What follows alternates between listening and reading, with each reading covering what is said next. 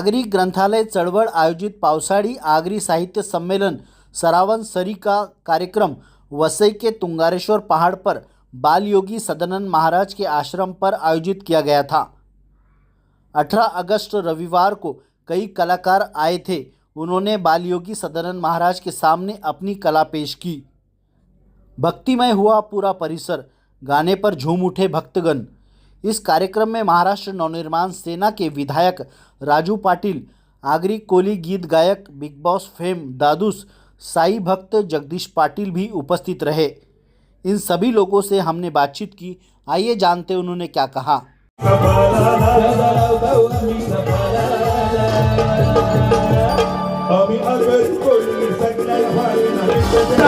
श्रावण सरी या कार्यक्रमामध्ये महाराष्ट्र नवनिर्माण सेनाचे आमदार राजू पाटील आलेले आहात। काय सांगणार राजू पाटील जी, आज तुम्ही बाबाचे दर्शन घेतलेले आहे तुंगारेश्वरच्या डोंगरावर येऊन? खरं तर मी 30-35 वर्षापूर्वी इथे आलेलो होतो आणि त्यावेळेस जी परिस्थिती होती ती अत्यंत वेगळी होती आणि इथे आज आल्यावर बराच बदल दिसला। मला वाटलं इथे अधिक प्रमाणात विस्तार झाला असेल, परंतु त्या प्रमाणात व्हायला पाहिजे तो झालेला दिसला नाही इथे। त्याची कारणे आम्ही शोधली, काय काय वन खात्याने जो इथे अत्याचार केलेला किंवा अतिरेक केलेला हे काय कोणाला शोभण्यासारखं नाही। खरं तर अशा चांगल्या ठिकाणी भाविक येतात, एक चांगलं समाजकार्य होतं, समाजाला प्रबोधन करणारे आमचे बाबा आहेत आणि त्यांना अशा प्रकारे त्रास देणं कोणालाही शोभनीय नाही आहे। परंतु मी माननीय मुख्यमंत्री साहेबांचे अभिनंदन करेन की त्यांनी आता यावेळेस चांगला इनिशिएटिव्ह घेतला आहे आणि आम्हा सर्वांना त्यांच्याकडनं अपेक्षा आहेत की इथे लवकरात लवकर इथे विस्तार अन्नछत्र आमचा जो बनवायचं काम आहे ते पण इथे सुरू होईल आणि जास्तीत जास्त लोक इथे येऊन आपापल्या परीने योगदानही करतील, जेणेकरून इथे समाज प्रबोधनाचं जे काम चालू आहे, इथे आयुर्वेदिक औषधी ज्या बनवत आहेत त्याच्याने अनेक रोगी बरे होतात, त्यांना एक चांगला दिलासा मिळेल आणि त्या अनुषंगाने अधिकाधिक चांगली कामं होतील अशी अपेक्षा आहे। इथलच्या लोकांनी तुमच्यासमोर काही मुद्दे मांडले हेच आश्रम संदर्भात की जी कारवाई झालेली आहे ती योग्य कारवाई नव्हती, त्यावर तुम्ही काय प्रश्न उचलणार विधानसभेमध्ये? खरं तर आमचे सुश्याम पाटील आहेत, त्यांनी मला 2-2.5 वर्षापूर्वीच आमदार म्हणून विधानसभेत मला काही गोष्टी दिलेल्या, त्यांनी पत्रव्यवहार केलेला आहे मी। परंतु जी प्रश्न विचारले त्याची उत्तरं वेगळी झाली, गोल गोल फिरून आली। काही गोष्टी इथे थेट तुमच्यासमोर बोलण्यापेक्षा काही गोष्टी इनडायरेक्ट ज्या होण्यासारख्या आहेत त्या पहिलं मला वाटतं त्या करून घ्यायला पाहिजेत। त्यानंतर पुढे ज्या कायदेशीर बाबी असतील त्या आम्ही त्याची वाच्यता उघडपणे करू। परंतु बऱ्याचशा गोष्टी कारण नसताना केंद्र सरकारकडून किंवा वन खात्याकडून त्याचा अतिरेक केला जातो, त्या गोष्टी झाल्याशिवाय आम्ही इथे उघड बोलू शकत नाही की आमचे काय काय प्रयत्न चालू आहेत। तुमचं नाव बोला। आज तुम्ही राजू पाटील साहेबांसोबत तुमचे प्रश्न मांडलेले आहेत। माझं नाव रतन पाटील, मी यात इथला ट्रस्टी आहे। पाटील साहेब हे आमचे आमदार आहेत, त्यांच्यावर आमचं जेव्हा प्रेम आहे त्यामुळं हा प्रश्न ते इकडे आलेत। सुशांतदादांनी जेव्हा तिकडे निमंत्रण केलं, त्याच्यानंतर निमंत्रण केल्यानंतर राजूदादा पाटील मला भेटले एका कार्यक्रमामध्ये। त्यांनी स्पष्टपणे सांगितलं का दादा आम्ही एकमेकाला दादा बोलतो कारण एका वर्गात शिकलेलं आहे। आता साहेब बोलायलाच लागणार त्यांना, कारण ते त्या हुद्द्यावरती आहेत। परंतु ज्या कार्यक्रमामध्ये भेटले तेव्हाच मला सांगितलं का दादा आपल्याला 18 तारखेला आपण येणार आहोत। तर बोललो ठीक आहे, आपण तिकडेच बोलूया।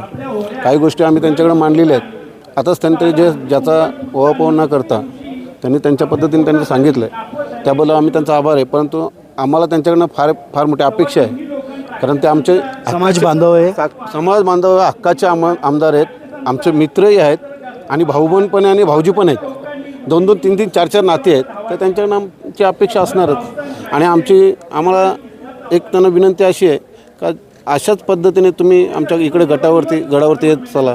मुख्यमंत्री येतात, सर्व आमदार येतात, आपण पण यायचे पहिले आमदार नसताना यायचे 15 वर्षाच्या अगोदर। आता आमदार झालेत, पूर्वी 35 वर्षा अगोदर पॅडबीट घेऊन यायचे, आता येत चला, वाहनं आहेत त्यांच्याकडे, यावी असे आमची अपेक्षा आहे। तुम्हाला खुला निमंत्रण दिलेलं आहे? नाही, इथे निमंत्रण द्यायची आवश्यकता नाही आहे। खरं तर प्रत्येक गोष्टीला योग असतो आणि बाबांची इच्छा असेल तो माणूस येतो अशी माझी भावना आहे। त्यांना वाटलं असेल की राजूने 30 वर्षानंतर यावं, परंतु आता मलाही वाटतं मनापासून की मी येत जाईन, इथे रेग्युलर येत जाईन, दरवर्षी तर येईनच। मला आज माहीत नव्हतं की बाबांचा उद्या वाढदिवस असतो। कार्यक्रम माहिती होता, परंतु कार्यक्रम पत्रिकेत त्याचा उल्लेख नव्हता, त्यामुळे कुठेतरी असं एक फील पण होतं की मी त्या तयारीने आलो नाही। परंतु मध्ये एकदा परत येऊन जाईन मी। आणि नक्कीच इथे वावर माझा वावर नाही, इथे बाकीच्या लोकांचा अधिकाधिक वावर होईल जेव्हा सुरू, तेव्हा इथे अजून एक व्यापक याला स्वरूप येईल. आणि माझी आपल्या माध्यमातून माझ्या समाज बांधवांना, सर्व हिंदू बांधवांना विनंती की इथे वावर वाढवा, तेव्हा सरकारलाही अक्कल येते की इथे काहीतरी करायला पाहिजे आणि ते त्या अनुषंगाने लक्ष देतील. Thank you sir. खरं तर सरावन सरी हा जो कार्यक्रम जो आता यंदा दुसरा वर्ष आहे, परंतु यंदा मी त्या संपूर्ण टीमला खूप खूप शुभेच्छा देतो. कारण मला खूप मोठा योगला माझ्या आयुष्यातला हा खूप मोठा क्षण आहे की सदानंद बाबांच्या समोर त्या उपस्थितीमध्ये आणि त्यांच्या या गडावर डोंगरावरती हा कार्यक्रम होतो आहे. खूप खूप आनंद आहे मला आज, कारण मी आयुष्यात खूप ठिकाणी कार्यक्रम केला, हा आनंद खूप वेगळा आहे. पुन्हा एकदा सगळ्या समाज बांधवांना दाऊदचा नमस्कार. काय सांगणार सर तुम्ही? आगरी ग्रंथालय आणि सरावनसरी यांच्या विद्यमानाने तुंगारेश्वरच्या निसर्गरम्य स्थळात आणि साक्षात सदानंद बाबांच्या समोर आम्हाला आज आमच्या आगरी समाजाची गाणी गायला मिळाली, हे आमचं भाग्य आहे. आणि इतक्या वरती म्हणजे रस्त्यापासून 1 तास वरती डोंगरावर जायला लागतो, तरी सर्व भक्त मंडळी आणि खास करून लेडीज मंडळीसुद्धा याच्यात चांगल्या प्रकारे त्यांनी भाग घेतलेला आहे. आणि आम्ही जी गाणी गायली त्याच्यावर त्यांनी नाचल्यासुद्धा आणि आनंद व्यक्त केला. तोच आमच्यासाठी खूप मोठा आशीर्वाद आहे. पुन्हा आपल्या YSR न्यूजच्या वतीनं आपण सगळ्या बघणाऱ्यांना आम्हा दोघांचा नमस्कार. आणि YSR या न्यूजच्या तर्फे आणि मी साईभक्त जगदीश पाटील आणि खरं देवी भक्त दादूस खरोखर YS या न्यूज चॅनलला खूप खूप शुभेच्छा देतोय. आणि खास करून रक्षाबंधन आणि नारळी पौर्णिमेच्या पवित्र सणाच्या सुद्धा शुभेच्छा देतोय.